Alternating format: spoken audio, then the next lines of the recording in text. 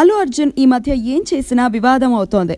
ఎప్పుడైతే పవన్ కళ్యాణ్ ఫ్యాన్స్ తో పెట్టుకున్నాడో అప్పటి నుంచి తలనొప్పులు మొదలయ్యాయి. బన్నీ ఏ ఫంక్షన్ కి వచ్చినా రచ్చ చేయటం, అతడి సినిమా టీజర్ కానీ ట్రైలర్ కానీ విడుదలైతే డిస్లైకులు కొట్టడం ఇదే పనిగా పెట్టుకున్నారు ఒక వర్గం. దువ్వాడ జగన్నాథంకి విపరీతమైన నెగటివ్ టాక్ రావటానికి, ఆ సినిమా నెట్ లో లీక్ అవ్వటానికి కారణం కూడా ఇదే బ్యాచ్ అని బన్నీ అభిమానుల సందేహం. ఇన్ని తలనొప్పుల మధ్య డీజేని ప్రమోట్ చేయడానికి మరియు నాట్స్ ఈవెంట్ కి అటెండ్ అవ్వడానికి అల్లు అర్జున్ ఇతర డీజే యూనిట్ తో పాటు అమెరికా వెళ్లాడు.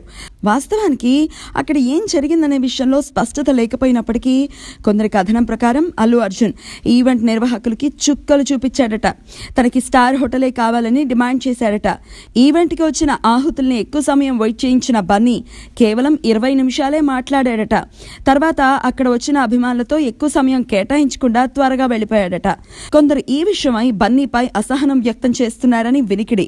ఈ మధ్య బన్నీ నంబర్ 1 హీరోలా ఫీల్ అయిపోతున్నాడని, మెగాస్టార్ బిరుదు తగిలించుకునేంత ఎదిగాడని విమర్శలు వస్తున్నాయి. మీడియాతో కానీ అభిమానులతో కానీ మునిపట్లా ఉండటం లేదని అంటున్నారు.